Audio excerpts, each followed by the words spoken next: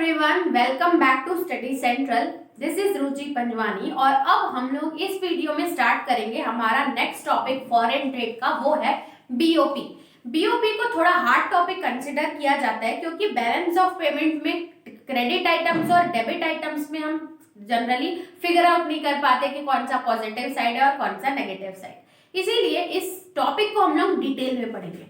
तो स्टार्ट करते हैं। जनरली 8 मार्क्स का क्वेश्चन इसमें से देते हैं। इसमें से जो आपको क्वेश्चन पूछ सकते हैं कि वो ये हो सकता है कि what do you mean by BOP and describe the structure of BOP, या बीओपी एडवर्सली अफेक्टेड क्या है, what are the factors affecting BOP. ये भी क्वेश्चन हम लोग को पूछ सकते हैं। 8 मार्क्स के क्वेश्चन जनरली इसमें पूछे जाते हैं। अभी का टॉपिक जो हम लोग डिस्कस करेंगे उसमें जो आप क्वेश्चन सॉल्व कर सकते हैं वो है what do you understand by BOP and what is the structure of BOP. ये आप इसमें सॉल्व कर लेंगे। बाकी के जो नेक्स्ट पॉइंट है वो हम लोग डिस्कस करेंगे नेक्स्ट वीडियो में। अभी तक यूनिट 1 के जो भी चैप्टर हमने कवर किए हैं उन चैप्टर्स का मैंने लिंक डिस्क्रिप्शन में दे दिया है, आप उसको जाके कवर कर सकते हैं। उस चैप्टर्स में से यूनिट 1 में जो भी आपको इजी लगता है एटलीस्ट 2 चैप्टर्स आपको कवर करने हैं क्योंकि 8 मार्क्स के क्वेश्चन इसमें से पूछते हैं। नेक्स्ट अगर हम लोग बात करेंगे कि बीओपी, तो इसमें बैलेंस ऑफ पेमेंट का मीनिंग पूछता है। तो ये जनरली मैंने आपको बताया था कि जैसे हम लोग जो भी बिजनेस ऑर्गेनाइजेशंस रहते हैं वो अपने डेबिट आइटम्स जो भी उनकी ऑर्गेनाइजेशन से खर्चे हो रहे हैं प्लस जो उनके ऑर्गेनाइजेशन में आ रहा है सामान, वो एक ट्रायल बैलेंस में हम मेंटेन करते हैं। वैसे ही फॉरेन ट्रेड में जो हम एक्सपोर्ट कर रहे हैं, एक्सपोर्ट करने से फॉरेन का पैसा हमारे पास आता है, मतलब वो पॉजिटिव साइड हो गया। तो जो भी अगर हम लोग एक्सपोर्ट कर रहे हैं और फॉरेन से पैसा आ रहा है तो वो हम लोग बीओपी में रिकॉर्ड करते हैं क्रेडिट साइड पे, ठीक है। और नेक्स्ट बात करें कि अगर हम लोग इंपोर्ट कर रहे हैं गुड्स एंड सर्विसेज, इसका मतलब इंडिया से पैसा फॉरेन कंट्रीज में जा रहा है। अगर पैसा फॉरेन कंट्रीज में जाता है तो वो नेगेटिव साइड होता है और वो सारे ट्रांजैक्शन हम रिकॉर्ड करते हैं बीओपी के डेबिट साइड से।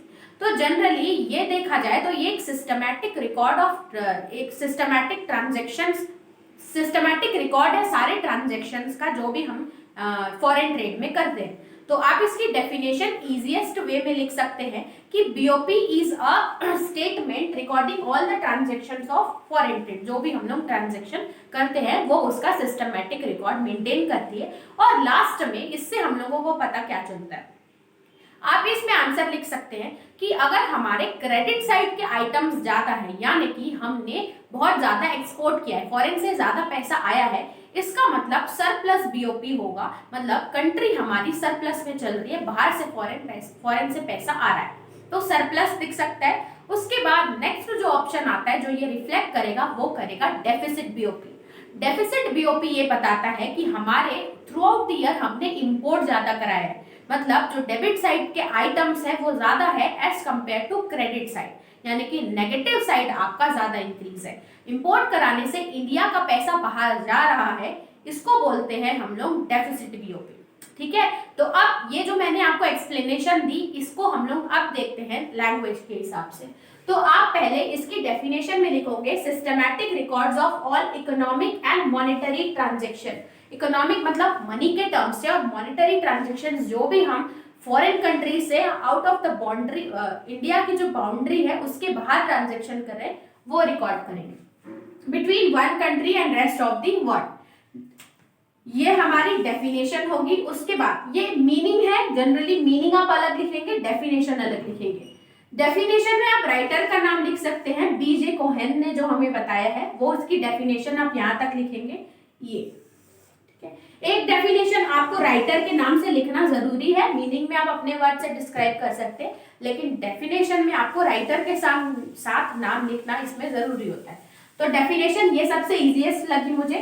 It shows the countries trading position changes in its net position as foreign lenders और borrowers and changes in its official reserves holdings. जो भी हमारी ट्रेडिंग हो रही है वो उसमें पोजीशन कैसे चेंज हो रही है बीओपी की या किसी भी कंट्री की, वो हम लोगों को ये जो स्टेटमेंट है वो बताती है, ठीक है।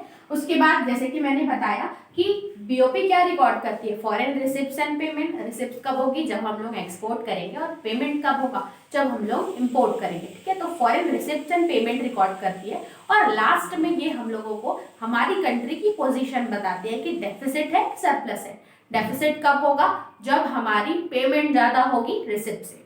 और क्या सरप्लस कब होगा? जब हमारा पेमेंट कम होगी और रिसिप्ट ज्यादा होगी। ठीक है, तो वही आप लिख सकते हैं बैलेंस ऑफ फॉरेन ये क्या करती है? Balance all foreign receipts and payments which can be favourable and unfavourable. और ये क्या लास्ट में क्या शो करती है? ये true economic position of a country. ठीक है, तो ये पॉइंट आपका पूरा डेफिनेशन और उसके एक्सप्लेनेशन में चला जाएगा। नेक्स्ट आपको बोल रहा है कि क्या क्या ट्रांजैक्शन हम रिकॉर्ड कर सकते हैं बीओपी में। तो जो ट्रांजैक्शन है, फर्स्ट मैंने आपको बताया था इंपोर्ट एंड एक्सपोर्ट, ये आप रिकॉर्ड करोगे। सेकंड है इंटरनेशनल लेंडिंग एंड बोरिंग, या अगर आप इंटरनेशनल फर्म से ऑर्गेनाइजेशन में पैसा लेंड कर रहे हो, लेंडिंग, और यहाँ तो आप उनको बोरो कर रहे हो, पैसा ले रहे हो, तो वो भी लेंडिंग एंड बोरोइंग इसमें रिकॉर्ड होगी। नेक्स्ट आता है सर्विस, सर्विसिंग फॉरेन डेब्ट्स, जो भी फॉरेन के डेब्ट्स है उससे रिलेटेड अगर ट्रांजेक्शन है वो। फिर आता है double entry system. Double entry system यानी कि कुछ चीज अकाउंट को हम लोग बैलेंस करने के लिए डबल एंट्री या ट्रांजेक्शन करते हैं, इसीलिए आप डबल एंट्री सिस्टम में जो भी ट्रांजेक्शन फॉलो होते हैं वो ट्रांजेक्शन करते हैं, तो वो भी आपको बीओपी में रिकॉर्ड करना है। ठीक है, बीओपी का स्ट्रक्चर बहुत ईजी रहता है। इसमें एक करेंट अकाउंट होता है और एक कैपिटल अकाउंट होता है। बात करते हैं करेंट अकाउंट में, तो करेंट अकाउंट में आप उसमें और अकाउंट रहता है, एक होता है ट्रेड अकाउंट, एक होता है इनविजिबल अकाउंट। ट्रेड अकाउंट में आप जितनी भी ट्रेडिंग कर रहे हैं रिलेटेड टू गुड्स सर्विसेज नहीं, विजिबल आइटम्स की ट्रेडिंग हो रही है, चाहे वो इंपोर्ट हो चाहे वो एक्सपोर्ट हो, वो सब हम रिकॉर्ड करते हैं ट्रेड अकाउंट में। नेक्स्ट बात करते हैं इनविजिबल आइटम्स। इनविजिबल आइटम्स यानी कि वेयर हाउसिंग, हॉस्पिटैलिटी या बैंकिंग, कम्युनिकेशन, ये जो भी सर्विसेज है, सर्विसेज इनविजिबल है। तो इनविजिबल आइटम्स की ट्रेडिंग हो रही है, वो सारे जो हम लोग रिकॉर्ड करेंगे ट्रांजेक्शन, वो होंगे इनविजिबल अकाउंट में। ठीक है, तो current account consist of two account, first one is trade account and second one is invisible account.